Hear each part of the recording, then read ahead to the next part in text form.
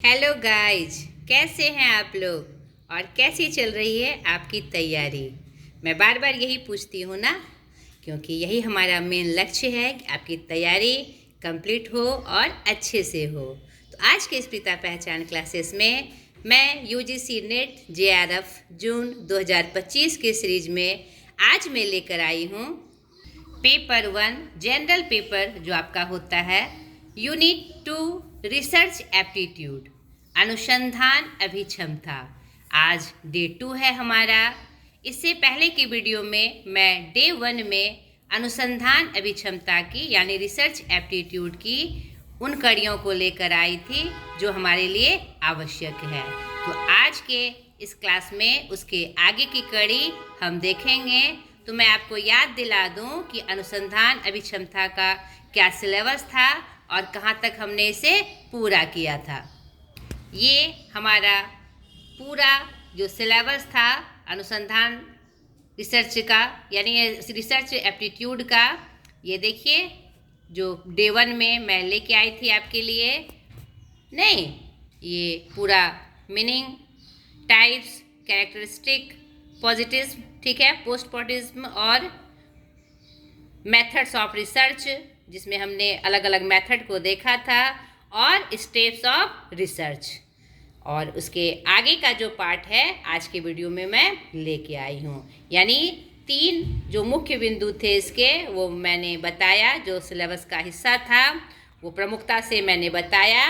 आज के इस क्लास में 4 नंबर से शुरू होगा जो हमारा छूट गया था, यानी शोध प्रबंध एवं आलेख लेखन, thesis and article writing, format and style of refreshing, ठीक है, फॉर्मेट एवं संदर्भ की शैली, नहीं प्रारूप जिसको बोलते हैं, फॉर्मेट प्रारूप, application of ICT in research यानी शोध में आईसीटी का अनुप्रयोग, रिसर्च एथिक्स यानी मॉरलिटी इन रिसर्च, दोनों एक ही बात है, यानी शोध नैतिकता, अनुसंधान में नैतिकता। उसके बाद हम रिसर्च मेथडोलॉजी को जानेंगे, अनुसंधान क्रियाविधि, जिसमें हमें यह पता चलेगा कि अनुसंधान विधि क्या है और अनुसंधान क्रियाविधि उससे कैसे अलग है। दोनों 2 चीज़ें हैं, दोनों में सूक्ष्म अंतर है, और लेकिन ये जो आपको पता होनी चाहिए। उसके बाद एक टॉपिक मैंने छोड़ दिया था जब मेथड ऑफ रिसर्च में आपको बता रही थी,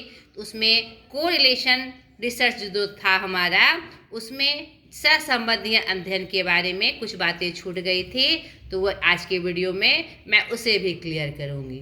ठीक है, चलिए स्टार्ट करते हैं आज का हमारा बचा हुआ टॉपिक रिसर्च एप्टीट्यूड का डे 2 में।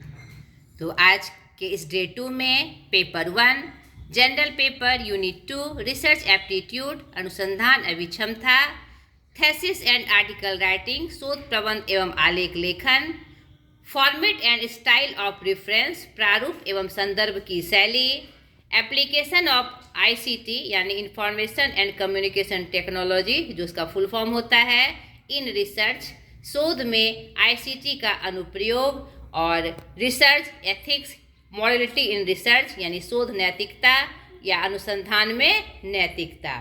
ठीक है, चाहे इस रूप में आए चाहे इस रूप में आए, आपको कंफ्यूज नहीं करना है, दोनों एक ही चीज़ है। ठीक है, और उसके बाद रिसर्च मेथडोलॉजी को हम देखेंगे, अनुसंधान क्रियाविधि को। उसके बाद कोरिलेशन, सहसंबंधी अध्ययन में मैं कुछ इम्पॉर्टेंट फैक्ट्स आपको बताऊंगी। तो चलिए स्टार्ट करते हैं थेसिस एंड आर्टिकल राइटिंग से। तो अब देखिए, मैं जितनी भी बातें आपको टॉपिक्स में बताती हूँ, जो मुख्य पॉइंट्स होते हैं हमारे, जो बिंदुएं होती है, वह रिलेटेड आपके सीधे एग्जाम से होती है, क्योंकि प्रश्न आपका तो एमसीक्यू आएगा, लेकिन इसमें जो तथ्य हैं उसी से आपके एमसीक्यू क्वेश्चंस बनते हैं। तो ये आपके लिए बहुत इम्पॉर्टेंट है कि आप हर एक बातों को ध्यान से सुने और समझें, तभी मेरा क्या कहते हैं आपका लक्ष्य पूरा होगा और मेरी मेहनत। तो फिर से एक बार स्टार्ट करने से पहले मैं आपको याद दिला दूं, मैं चाहती हूं कि मेरा ये वीडियो उन सारे कैंडिडेट्स तक पहुंचे, उन सारे एस्पिरेंट्स तक पहुंचे जो नेट जेआरएफ की तैयारी कर रहे हैं, क्योंकि मैं भी जब तैयारी कर रही थी तो कुछ जो क्या कहते हैं, जो प्रॉब्लम और डाउट्स थे वो मेरे सामने आते थे, तो मैं कंफ्यूज कर जाती थी। उन सारे जो क्या कहते हैं डिफ़िकल्टीज़ है नहीं, और या जो भी कंफ्यूजन है, उन सब को तोड़ते हुए मैंने सेटअप तैयार किया है आपका। तो हर एक बातों को आपको ध्यान से समझना है और पढ़ना है, ठीक है। हर एक बच्चे तक ये बात पहुँचे, इसके लिए प्लीज़ मेरे चैनल को शेयर करें, लाइक करें, सब्सक्राइब करें और दूर दूर तक मेरी इस मेहनत को सफल बनाएं, ठीक है। आपकी भी उम्मीद मुझसे जुड़ी है और मेरी भी उम्मीद आपसे जुड़ी है। आपके माध्यम से ही मेरा वीडियो शेयर हो सकता है और उन सारे बच्चों तक पहुंच सकता है जिसको इसकी आवश्यकता है, ठीक है। तो चलिए समय को ना गंवाते हुए अब देखिए शोध प्रबंध क्या है, थीसिस क्या होती है। किसी शोधार्थी, और ये आपको पता है कि मेरे पास कुछ सुविधाओं की कमी है, तो आप समझ सकते हैं कि मेरी मेहनत और बढ़ जाती है। नहीं, बोर्ड में अगर मेरे पास इलेक्ट्रॉनिक बोर्ड होता तो मैं अपनी बातों को अच्छे से स्पष्ट कर पाती, ये बात सही है, लेकिन मुझे मेहनत भी कम पड़ता। तो लिखकर मैं सारे पॉइंट्स आपके लिए लेकर आती हूँ। तो ये मेरी दिली ख्वाहिश है कि आपसे का कोई पॉइंट छूटे नहीं, ठीक है बेटा। किसी शोधार्थी द्वारा किए गए शोध का विधिवत प्रस्तुत दस्तावेज होता है क्या, शोध पत्र, ठीक है। शोध प्रबंध कह ले, शोध पत्र कह ले, इसे थीसिस या डिस्टेंशन भी कहते हैं। यह वह दस्तावेज है जो किसी शोधार्थी द्वारा किए गए शोध की विधिवत प्रस्तुत करता है। यह विश्वविद्यालय से शोध उपाधि प्राप्त करने के लिए लिखा जाता है। इसे एक ग्रंथ के रूप में प्रस्तुत किया जाता है। तो ये पॉइंट्स आप पढ़ के ये नहीं सोचिएगा कि ये बोरिंग है। आप एक एक पंक्ति में देखिए, एक एक पंक्ति में आपका एक MCQ क्वेश्चन छुपा हुआ है बेटा, ठीक है। तो आप इसको एक एक चीज़ ध्यान से देखिए, एक एक चीज़ ध्यान से देखिए और समझने की कोशिश करिए। उसके बाद जब आप MCQ क्वेश्चन का प्रैक्टिस करेंगे तो आपको बात में समझ में आएगी कि आपकी तैयारी कहाँ तक हुई, आपने कहाँ तक जाना। अगर आप सही रूप से इसे समझते हैं तो आपका मे बी जब लास्ट में इसका MCQ क्वेश्चन आप करिएगा, मैंने आपको हिंट भी किया है कि हर एक टॉपिक पढ़ने के बाद, हर एक यूनिट चाहे डे 1 डे 2 पढ़ने के बाद आपका उसको MCQ क्वेश्चन का प्रैक्टिस करना है। और आप जो कमी नहीं करिएगा, इस प्रैक्टिस में आप कमी नहीं करिएगा, छोड़िएगा नहीं, टालिएगा नहीं। यह भी मेरी गुजारिश है आपसे, क्योंकि मैं चाहती हूँ आपकी तैयारी परफेक्ट रूप से हो। आगे, अनुसंधान एक प्रक्रिया है जिसमें शोध प्रविधि का प्रयोग किया जाता है, जिसके निष्कर्षों की उपयोगिता होती है, जो ज्ञान बुद्धि में सहायक है, प्रगति के लिए प्रोत्साहित करे और समाज के लिए सहायक हो तथा मनुष्य को अधिक प्रभावशाली बना सके तथा मनुष्य अपनी समस्याओं को प्रभावशाली ढंग से हल कर सके। यह उसके लिए एक प्रक्रिया है, ठीक है। अनुसंधान अर्थात संशोधन के विषय में व्युत्पत्ति और विविध मंतव्य को देखने से संशोधन शब्द का विश्लेषण निम्न रूप से किया जा सकता है। अब देखिए संशोधन का कैसे हम डिटेल से उसके एक एक वर्ण के माध्यम से हम समझ सकते हैं। संशोधन, संशोधन सिद्धांतों के विकास की प्रवृत्ति, न से निष्ठा, सौ से शोध, ध से धैर्य युक्त कार्य और न से नैपुण्य, नहीं यानी पूरी तरह से योग, एबिलिटी जिसको बोलते हैं। एक संशोधन में ही इसके रूप का वर्णन हमें प्राप्त हो गया। अब प्रमुख तत्व शोध प्रबंध के लिए जो निम्न हैं, आपके क्वेश्चंस में 4-5 पॉइंट दे देंगे और आपका क्वेश्चन होगा क्या यह शोध प्रबंध के लिए सही है या इसमें से गलत पॉइंट्स पे तथ्यों पर चिन्ह लगाए, या फिर आपको 4-5 पॉइंट्स दे दिए जाएंगे, उसमें ABCDE दिया रहेगा, तो आपको कौन से क्रम में यह सही है या कौन कौन से तत्व इसमें मौजूद हैं, ऐसा करके देना होगा।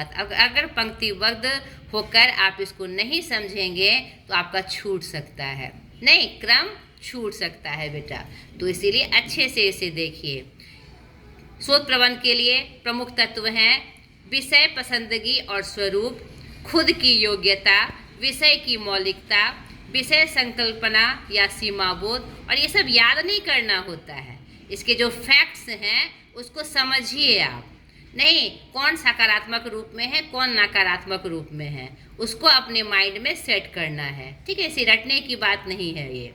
विवादास्पद विषय से दूर हटना, संतुलित शोध विषय ग्रहण करना, विषय चयन का उद्देश्य, शोध स्वरूप, नूतन अवधारणा का स्थापन, सूचना संकलन द्वारा अवधारणा का सृजन, नियंत्रित भाषा, शोध उद्देश्य की स्पष्टता तथा सीमा निर्धारण, वर्णित विषयों में उत्तरोत्तर रुचिकर प्रभाव, स्पष्ट संदेश, आगे के शोध कार्य का अध्ययन तथा विषय का विवेचन। ठीक है, और शोध कार्य साधन का आलेख। ये सब कुछ प्रमुख तत्व हैं आपके शोध लेखन के। ठीक है, आगे देखिए शोध प्रक्रिया के चरण क्या क्या हैं। सबसे पहले विषय समस्या का चुनाव, ठीक है, सिलेक्शन ऑफ रिसर्च प्रॉब्लम। उसके बाद साहित्य समीक्षा, रिव्यू ऑफ लिटरेचर, उद्देश्य ऑब्जेक्टिव्स, इसके क्या उद्देश्य हैं उसकी व्याख्या करना। उसके बाद परिकल्पना या शोध प्रश्न, हाइपोथेसिस एंड रिसर्च क्वेश्चंस। नहीं जो हम जब शोध के माध्यम से इसको हम तैयार करते हैं ताकि जो शोध अभ्यर्थी हैं उसे उसका जवाब मिल सके, उसकी समस्याओं का समाधान हो सके। शोध विधि और डिज़ाइन शोध प्रक्रिया का एक प्रमुख चरण है। उसके बाद प्रतिदर्श का चुनाव, सिलेक्शन ऑफ सैंपल। आगे आंकड़ों का संग्रह, डाटा कलेक्शन, विश्लेषण और व्याख्या, एनालिसिस एंड इंटरप्रिटेशन, शोध निष्कर्ष। उसके बाद जो हमने शोध किया उसका फाइंडिंग रिजल्ट हम निकालते हैं। ठीक है, उसके बाद रिपोर्ट लेखन, उसके आधार पर रिपोर्ट लिखना यानी शोध सार, किसका मुख्य सार क्या था, रिपोर्ट राइटिंग और एक्सक्लूसिव समरी। ठीक है, दूसरे शब्दों में शोध प्रबंध एक ऐसा पेपर है जो किसी छात्र द्वारा डिग्री प्राप्त करने के लिए किए गए व्यक्तिगत शोध को समझाता है। ठीक है, इसमें आमतौर पर कई खंड या अध्याय होते हैं और औपचारिक अकादमिक लेखन के नियमों का पालन किया जाता है। डिग्री उम्मीदवार शोध विषय चुनता है। आगे देखिए शोध प्रबंध की जो विषय सूची होती है, शोध प्रबंध कितना लंबा होगा या शोध प्रबंध के भाग और शोध प्रबंध के प्रकार, यही हमारे शोध प्रबंध की विषय सूची है। अब देखिए लंबाई या भाग और प्रकार क्या क्या होते हैं। तो शोध प्रबंध की लंबाई, यह भी आपका इम्पोर्टेंट प्रश्न होगा। शोध प्रबंध लंबाई आपके अध्ययन के क्षेत्र और विद्यालय की विशिष्ट आवश्यकताओं पर निर्भर करती है। यह आपके शोध और संपादन की गुणवत्ता पर निर्भर कर सकता है। यह आपके विषय को पूरी तरह से समझने के लिए पर्याप्त लंबा होना चाहिए, लेकिन इसमें बहुत अधिक शब्द नहीं होने चाहिए। शोध प्रबंध की लंबाई में आपके अध्ययन का क्षेत्र बहुत बड़ी भूमिका निभाता है, यानी आपके अध्ययन में किस टाइप का आप शोध कर रहे हैं और उसकी क्या सीमाएं हैं। नहीं, एक शोध प्रबंध आमतौर पर डबल स्पेस वाला होता है, इसलिए प्रत्येक पृष्ठ में लगभग 250 शब्द होते हैं, अधिकतम 300 शब्द तक हो सकते हैं। ठीक है, अब देखिए शोध प्रबंध के भाग कौन कौन से हैं, ये हमने कितना लंबा होना चाहिए ये जाना। अब उसके भाग कौन कौन हैं। लंबाई की तरह आपके शोध प्रबंध में शामिल किए जाने वाले अनुभाग संभवतः आपके क्षेत्र और आपके विश्वविद्यालय के दिशा निर्देशों पर निर्भर करेंगे, लेकिन इसकी शोध प्रबंध की 8 बुनियादी भाग है। यानी पहला कंडीशन है कि यह किस पे डिपेंड करेगा, आप किस क्षेत्र में शोध कर रहे हैं और आपके जो विश्वविद्यालय हैं उसका क्या लिमिट है, नहीं उन्होंने क्या आपको दिशा निर्देश किया है। क्लियर हो गया। तो लेकिन जो इसके 8 जो बुनियादी भाग हैं वो इस प्रकार से हैं। पहला सार, शोध का संक्षिप्त सारांश आमतौर पर 200 से 300 शब्द में, मैंने अभी ऊपर वर्णित किया इसको। दूसरा परिचय, शोध प्रबंध का ये बुनियादी भाग है। पहला सार, उसके बाद परिचय। आपने अपना विषय क्यों चुना, आप किस प्रश्न का उत्तर देना चाहते हैं तथा पाठक को पढ़ते समय क्या अपेक्षा करनी चाहिए, इसका एक सिंहावलोकन कि आप क्या बता रहे हैं, आप किस क्षेत्र में किस विषय वस्तु के बारे में बता रहे हैं। ठीक है, कौन सा उत्तर आपको जो शोध या शिक्षार्थी करना चाहते हैं, आपके शोध पत्र को पढ़ने से उसे इस प्रश्न का जवाब मिलेगा या उसके समस्या का हल मिलेगा। तीसरा है साहित्य समीक्षा। विषय पर पिछले शोध की जांच अक्सर शोध प्रबंध का सबसे लंबा खंड। ये बात आपको याद रखनी है इम्पॉर्टेंट क्वेश्चन के रूप में कि जो शोध प्रबंध का सबसे जो लंबा भाग है वह कौन सा होता है, तो उसकी समीक्षा, साहित्य समीक्षा। चौथा है कार्य प्रणाली। अपने विषय पर शोध करने के लिए आपने जो कदम उठाए उनका स्पष्टीकरण तथा आपने किन विधियों को चुना इसका वर्णन। ठीक है, आपको शोध पत्र में करना पड़ता है। पांचवा है परिणाम। आपके निष्कर्षों का विस्तृत विवरण और क्या वे आपके शोध प्रश्न का उत्तर देते हैं। उसके बाद चर्चा, छठा नंबर, आपके निष्कर्षों का क्या अर्थ है इसका अन्वेषण, छठा पाठ के रूप में है। उसके बाद सातवां है निष्कर्ष। आपके अध्ययन की उपयोगिता, इसकी सीमाएं तथा यह किस प्रकार आगे के शोध की ओर ले जा सकता है, इसका सारांश आपको निष्कर्ष में लिखना होता है। उसके बाद संदर्भ, अन्य अनुभागों में आपके द्वारा उद्धृत स्रोतों की सूची आपको संदर्भ में बतानी होती है। ये 8 जो प्रमुख भाग हैं इसको आप याद कर लीजिएगा। ठीक है, उसके बाद है शोध प्रबंध के प्रकार। आप किस तरह का शोध प्रबंध लिख सकते हैं यह आपके अध्ययन के क्षेत्र और उस प्रश्न पर निर्भर करता है जिसका आप उत्तर देने का प्रयास कर रहे हैं। ठीक है, यह भी आपको पॉइंटेड करके ये आपको क्वेश्चन आ सकता है। इसीलिए बेटा एक एक चीज को आपको ध्यान से समझना और याद रखना है। एक शोध प्रबंध एक से अधिक श्रेणियों में आ सकता है, ये भी इम्पोर्टेंट पॉइंट है आपके लिए। कुछ प्रमुख शोध प्रबंध श्रेणियाँ, जिसमें पहला है अनुभवजन्य या गैर अनुभवजन्य। यहाँ पर डैश देना मैं भूल गई। अनुभवजन्य या गैर अनुभवजन्य। अनुभवजन्य अनुसंधान सत्यापन योग्य डाटा एकत्र करने और उसका विश्लेषण करने पर केंद्रित होता है। अब आप ये चीज जितने भी पॉइंट्स है, जैसे अनुभवजन्य क्या है, क्या बताता है, किस सीमा को निर्धारित करता है, या पॉइंट्स देके ये पंक्ति दे दिया जाएगा, या किस शोध प्रबंध की श्रेणियां हैं, ऐसे प्रश्न पूछे जाते हैं। आपको एक एक पॉइंट बहुत ध्यान से देखना है। और गैर अनुभवजन अनुसंधान किसी अन्य रचनाकार के पिछले कार्य का विश्लेषण करने पर केंद्रित होता है। दोनों बहुत इंपॉर्टेंट पॉइंट्स हैं। अब अनुभवजन शोध प्रबंध के उदाहरण आप देख लीजिए।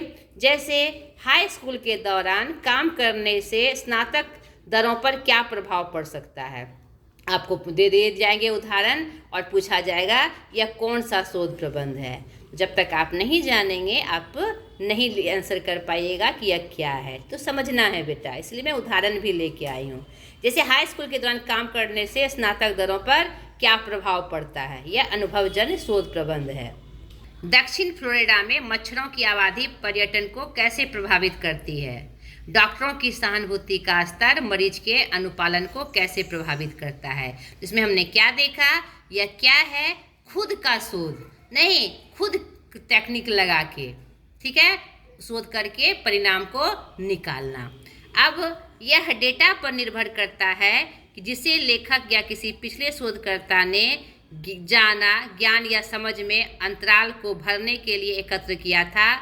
इसमें डेटा संग्रह में नियंत्रित प्रयोग, बहुकल्पीय प्रश्नावली और क्षेत्र अवलोकन जैसे तरीके शामिल हो सकते हैं। यानी इस शोध को करने के लिए आप डेटा संग्रह कर सकते हैं, बहुविकल्पीय प्रश्नावली से समस्या का हल ले सकते हैं और अवलोकन करके इस शोध को अंजाम दे सकते हैं। अब गैर अनुभवजन्य शोध के उदाहरण आप समझिए।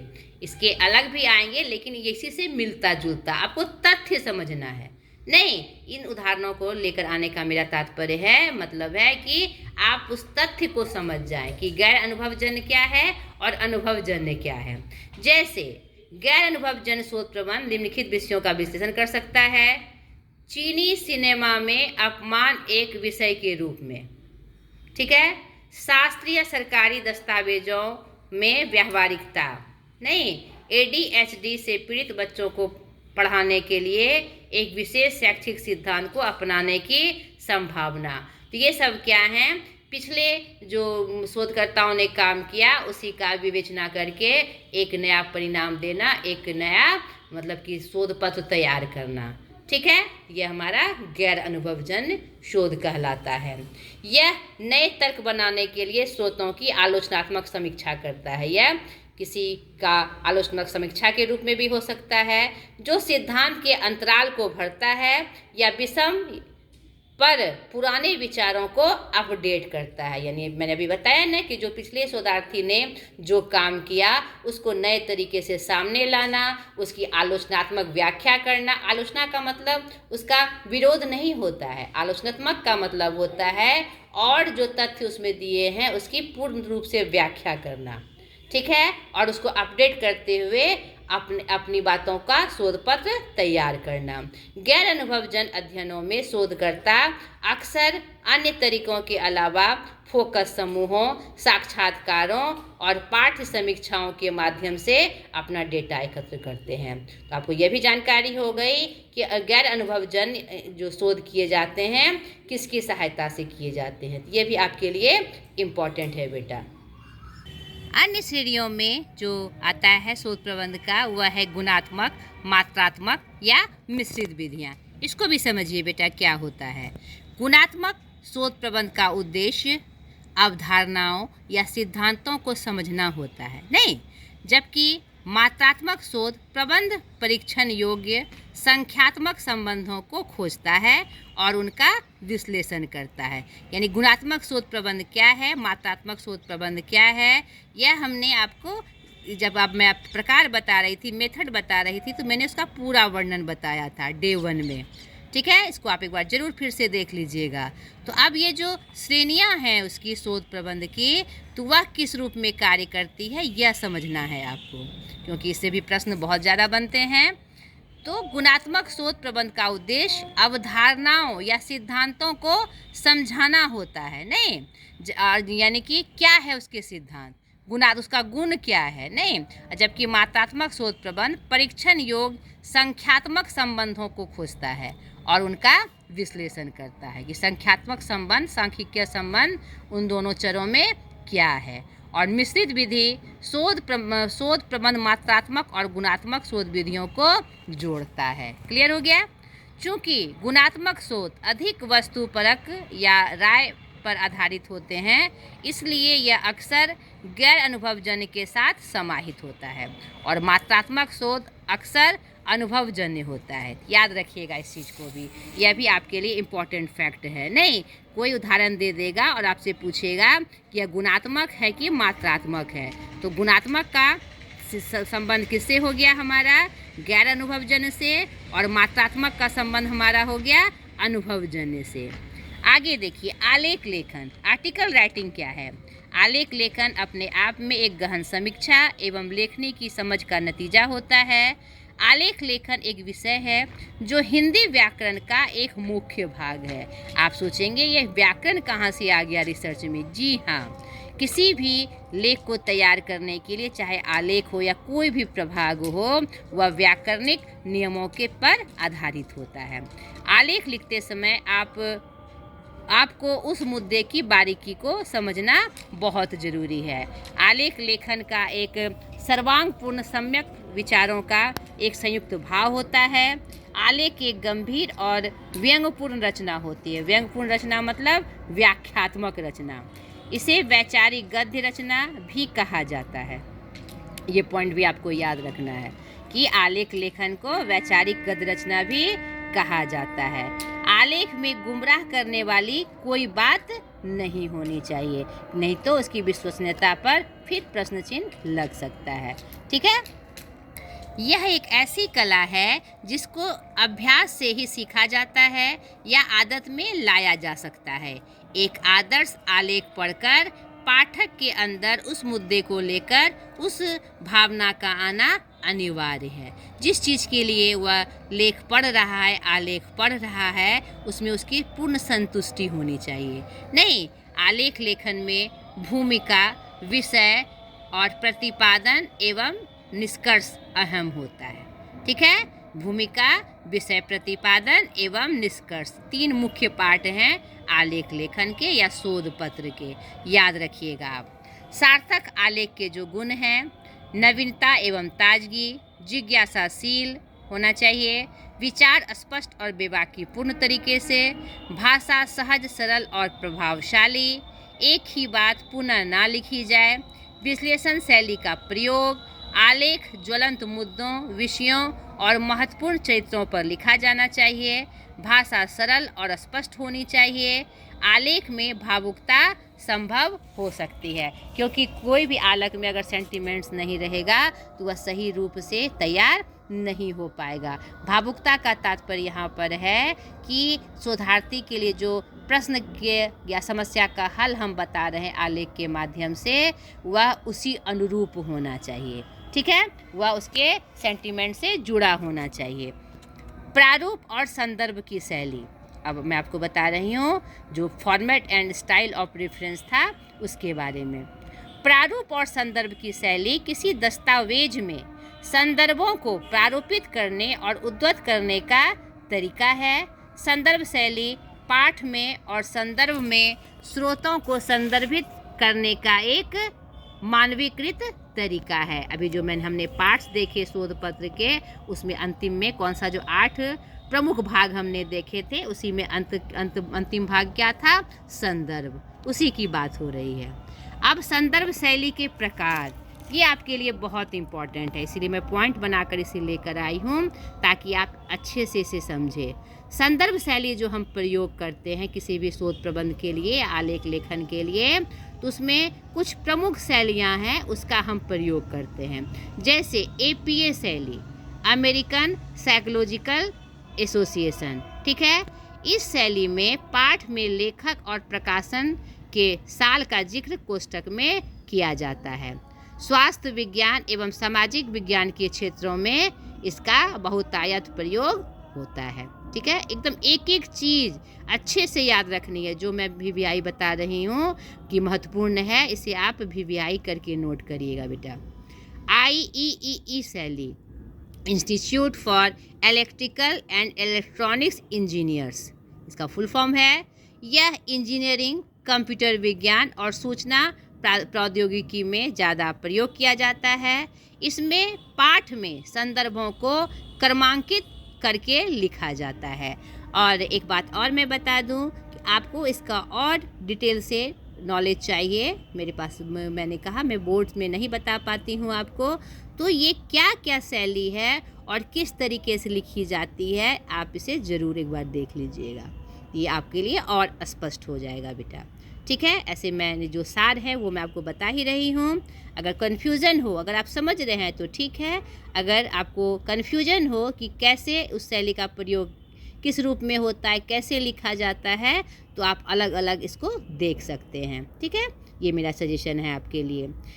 ACM, इन टेक्स्ट उद्धरण शैली, यह एसोसिएशन फॉर कंप्यूटिंग मशीनरी, इसमें कोष्ठक में दिए गए उद्धरणों के लिए संदर्भ की संख्या दी जाती है। इसमें भी वैक्यूअर प्रणाली, इसमें पाठ के अंदर संख्याओं का इस्तेमाल किया जाता है जो संदर्भ सूची में क्रमांकित प्रविष्टियों को संदर्भित करती है। मतलब जनरली आपका मिला जुला रूप है, लेकिन अलग अलग फैक्ट में इसको जानना आवश्यक है। 5वां है वैज्ञानिक शैली। इस शैली में उद्धरण, अनुक्रम, नाम, वर्ष जैसी प्रणालियों का इस्तेमाल किया जाता है। नेक्स्ट है 7वें नंबर पे शिकागो मैनुअल ऑफ स्टाइल। यह काफ़ी लचीला है और पैरेंथेटिकल और नोट उद्धरण प्रणालियों में यह कारगर साबित होता है। ये कुछ स्टाइल थे, विधि थी, नहीं, जो हमने जाना किसके संदर्भ में? संदर्भ शैली के संबंध में। ठीक, आगे देखिए, इसके संदर्भ में और कुछ प्रमुख पॉइंट्स। संदर्भ एक सूची है जिसमें वे सभी स्रोत शामिल होते हैं जिन्हें लेख या असाइनमेंट लिखते समय खोजा या उद्धृत किया जाता है। साथ ही साथ यह पाठक को सूचना का संपूर्ण स्रोत बताता है। जो इसे पढ़ेंगे उसे सारी सूचना इसी संदर्भ से प्राप्त होती है। किसी तर्क या बिंदु का समर्थन या आलोचना संदर्भ का मुख्य रूप होता है। इसमें प्रकाशन तिथि, पुस्तक पत्रिका का शीर्षक, लेखक का नाम, पृष्ठ संख्या जैसी जानकारी होती है।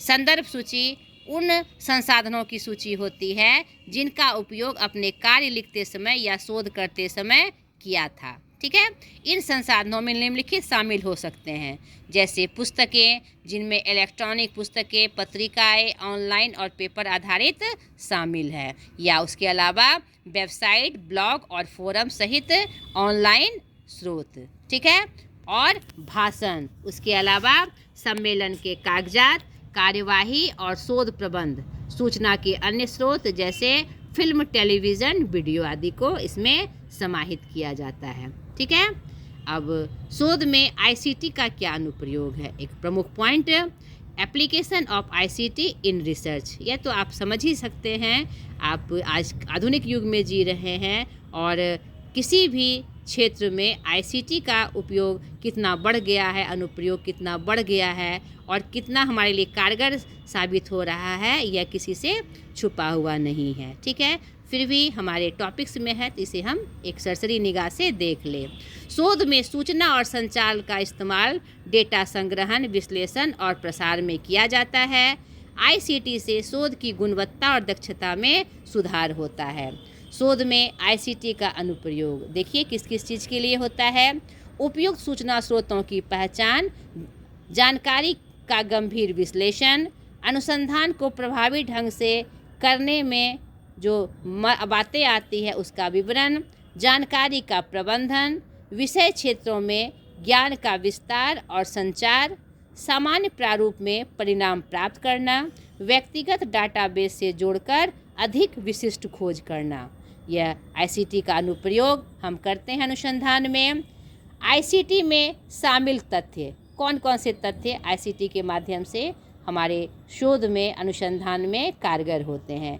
Internet, wireless network, cell phone, radio, television, उपग्रह प्रणाली, एनालॉग तकनीक, वीडियो कॉन्फ्रेंसिंग और दूरस्थ शिक्षा कार्यक्रम, जो हम किससे सहायता प्राप्त हो सकती है, आईसीटी के माध्यम से। अब शोध में आईसीटी से जुड़े जो कुछ सॉफ्टवेयर हैं उसके बारे में भी मैं आपको बता दूं।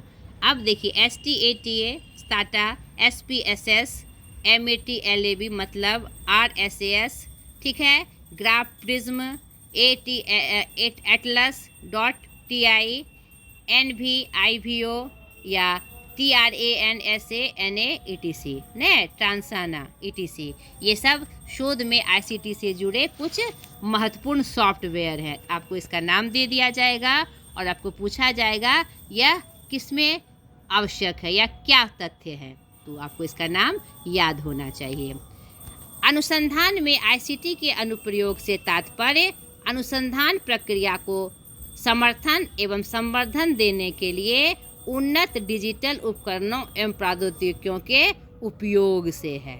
ठीक है, यह भी प्रश्न में आता है, आपको कोई उदाहरण दे दिया जाएगा और यह कहेगा यह क्या है, यह अनुसंधान में आईसीटी का अनुप्रयोग है।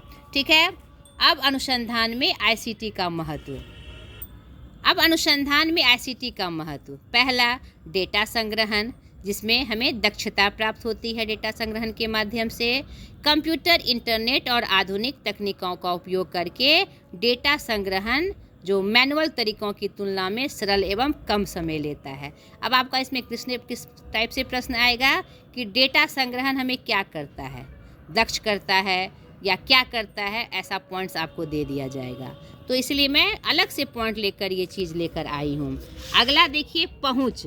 डेटा संग्रहण में पहुँच हम तक पहुँचाता है। शोधकर्ता ऑनलाइन उपलब्ध आंकड़ों तक आसानी से पहुँच सकते हैं, जिसमें सरकारी पोर्टल और अन्य स्रोत शामिल हैं।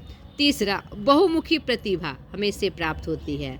स्प्रेडशीट, क्लाउड सर्वर और गूगल ड्राइव सहित विभिन्न तरीकों का उपयोग करके डेटा को वर्तमान और भविष्य के उपयोग के लिए संग्रहित किया जा सकता है। ठीक है, इसमें चौथा पॉइंट आया आपका सॉफ्टवेयर।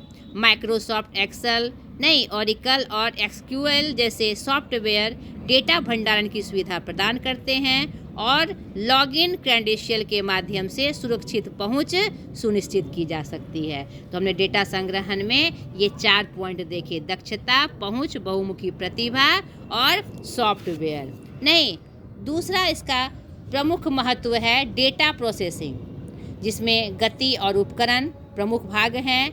आईसीटी उपकरण बड़ी मात्रा में डेटा को तेजी से संसाधित कर सकते हैं।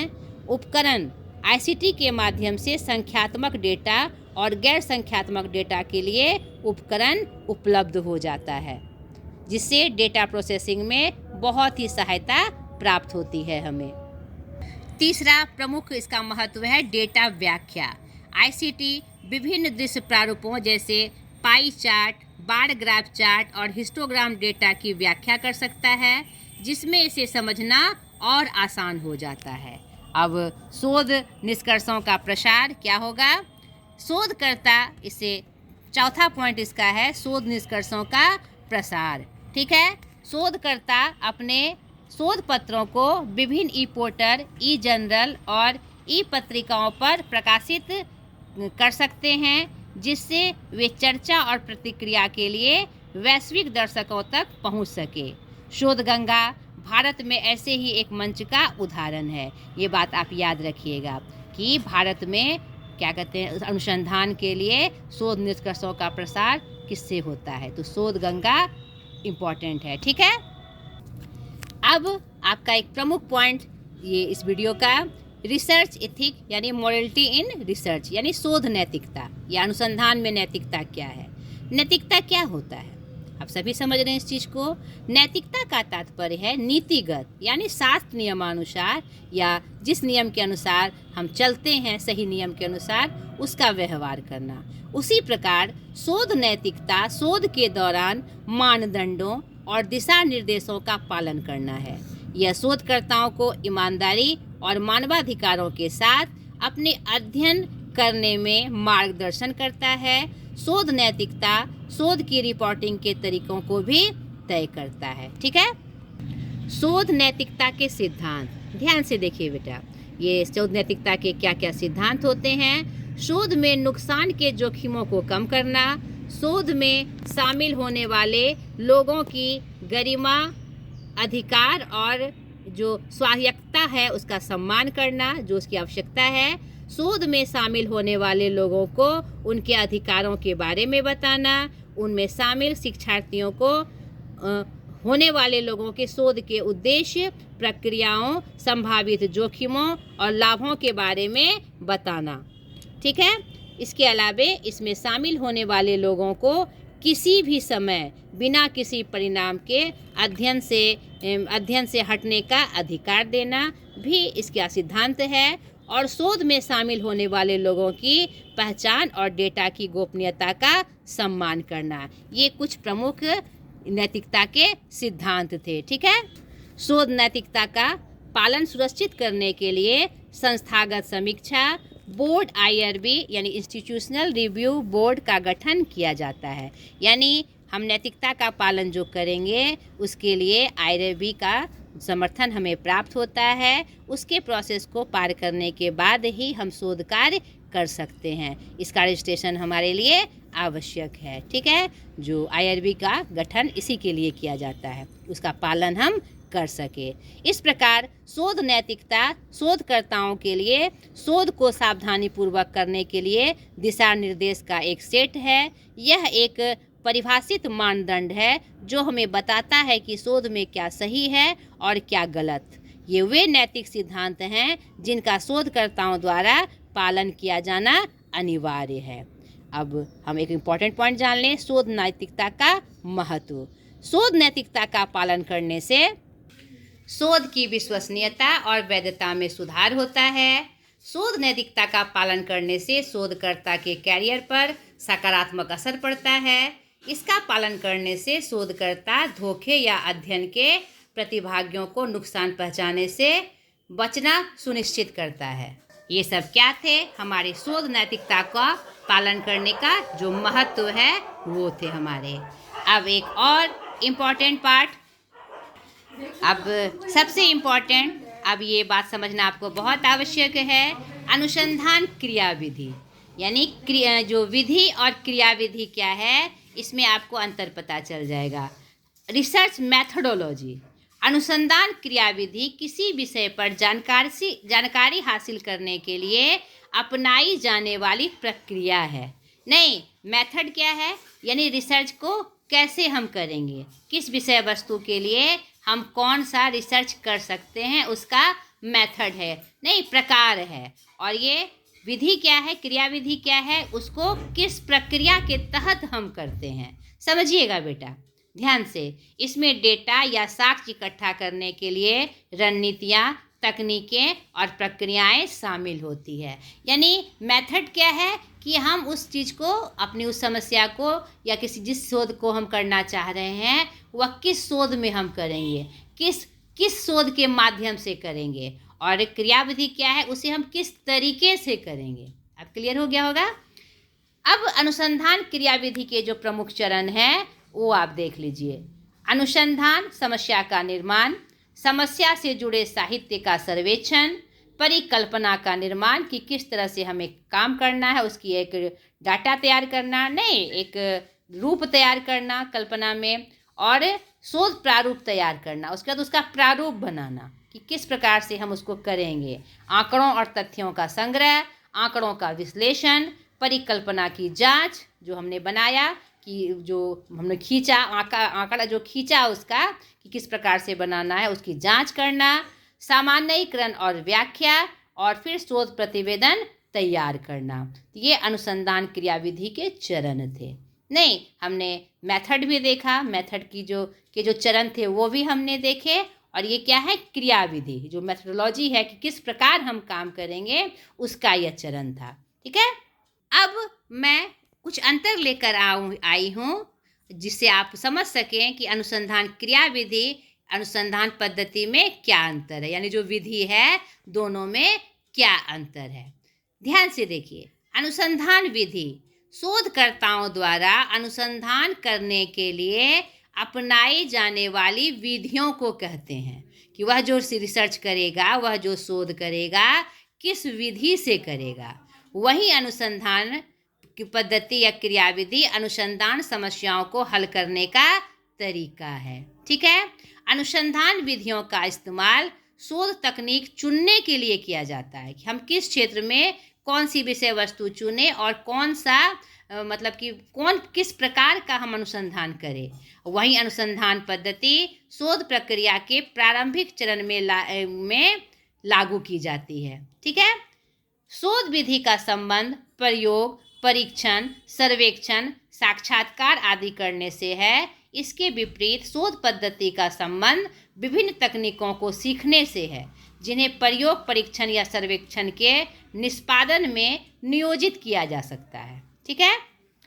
अनुसंधान विधि तकनीक के चयन और निर्माण में प्रयुक्त व्यवहार और उपकरण है कि हमने जो रिसोर्स हम कर रहे हैं, जो शोध कर रहे हैं, जो रिसर्च कर रहे हैं, किस चीज़ का व्यवहार करेंगे और कौन सा उपकरण प्रयुक्त होगा।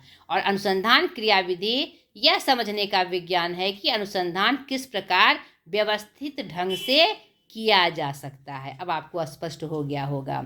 अनुसंधान विधि विभिन्न जांच तकनीकें हैं और अनुसंधान क्रियाविधि उद्देश्य प्राप्ति हेतु संपूर्ण रणनीति, यानी जो हम रिसर्च करेंगे उस उद्देश्य की प्राप्ति हम कैसे करेंगे, उस लक्ष्य तक हम कैसे पहुंचेंगे, उसकी रणनीति तैयार करती है कि हम किस प्रकार से करें। क्लियर हो गया।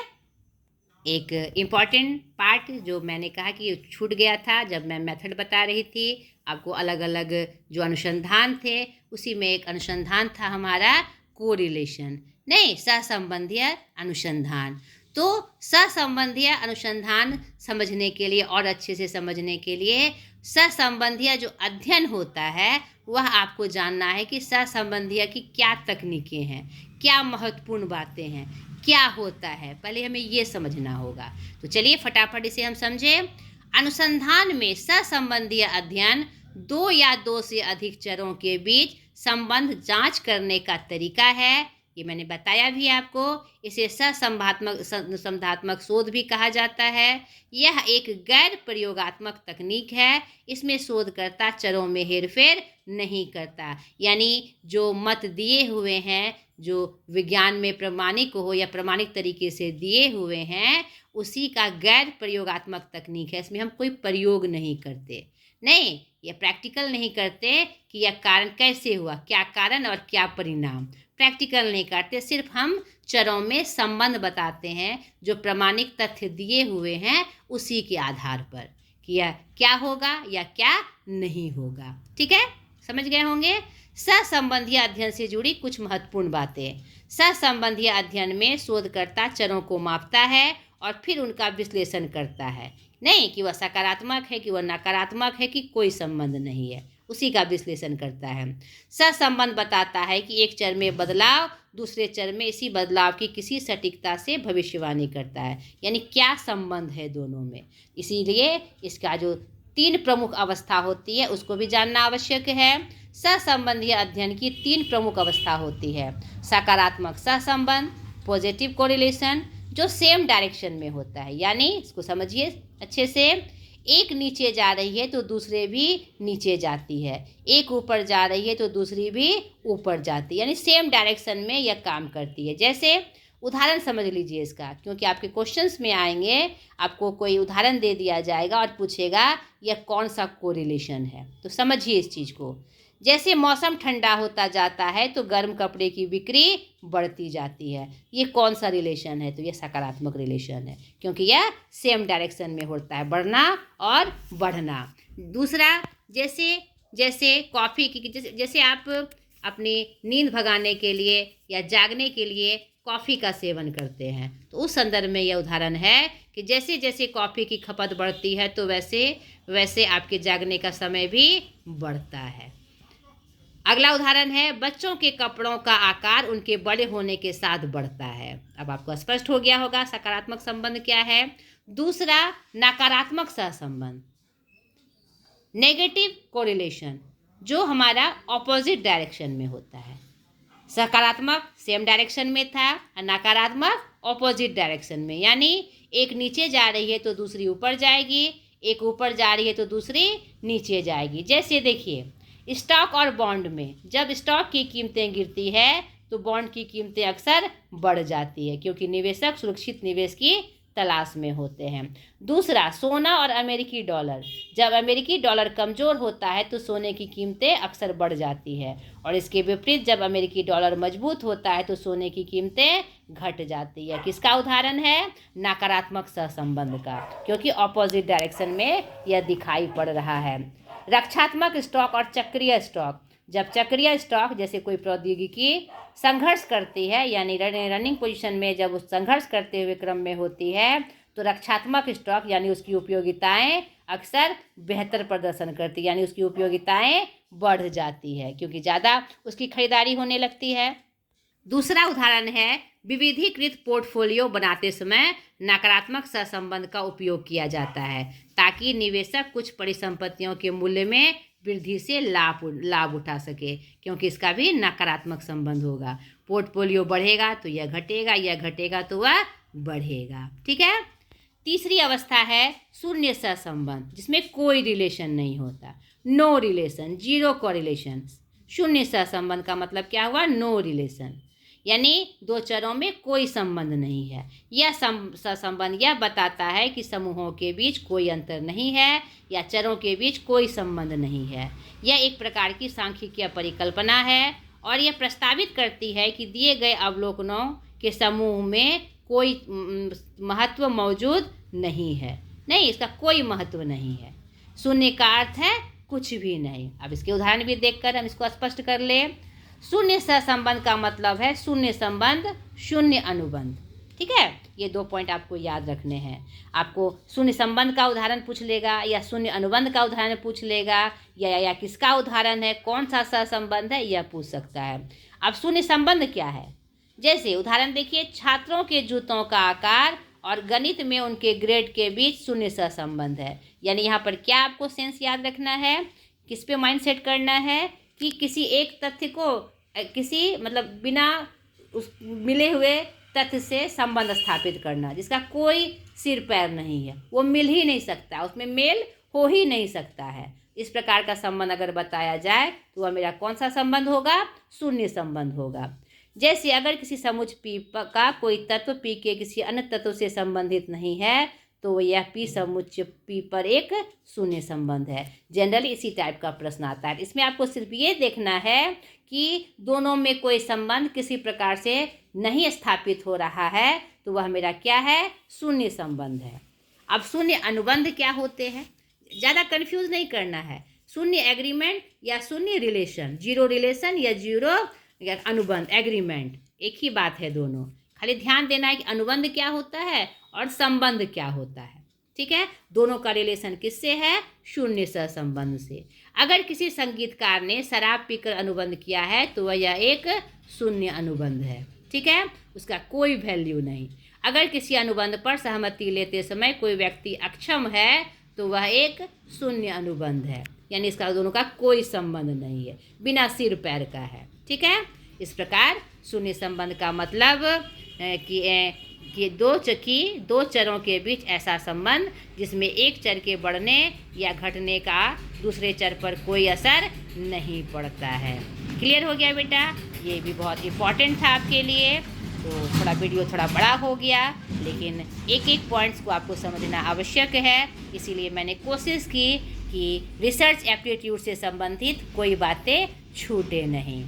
अब इसके बाद इसके से संबंधित जितने भी MCQ क्वेश्चंस होते हैं आपको YouTube पे प्राप्त हो जाएंगे।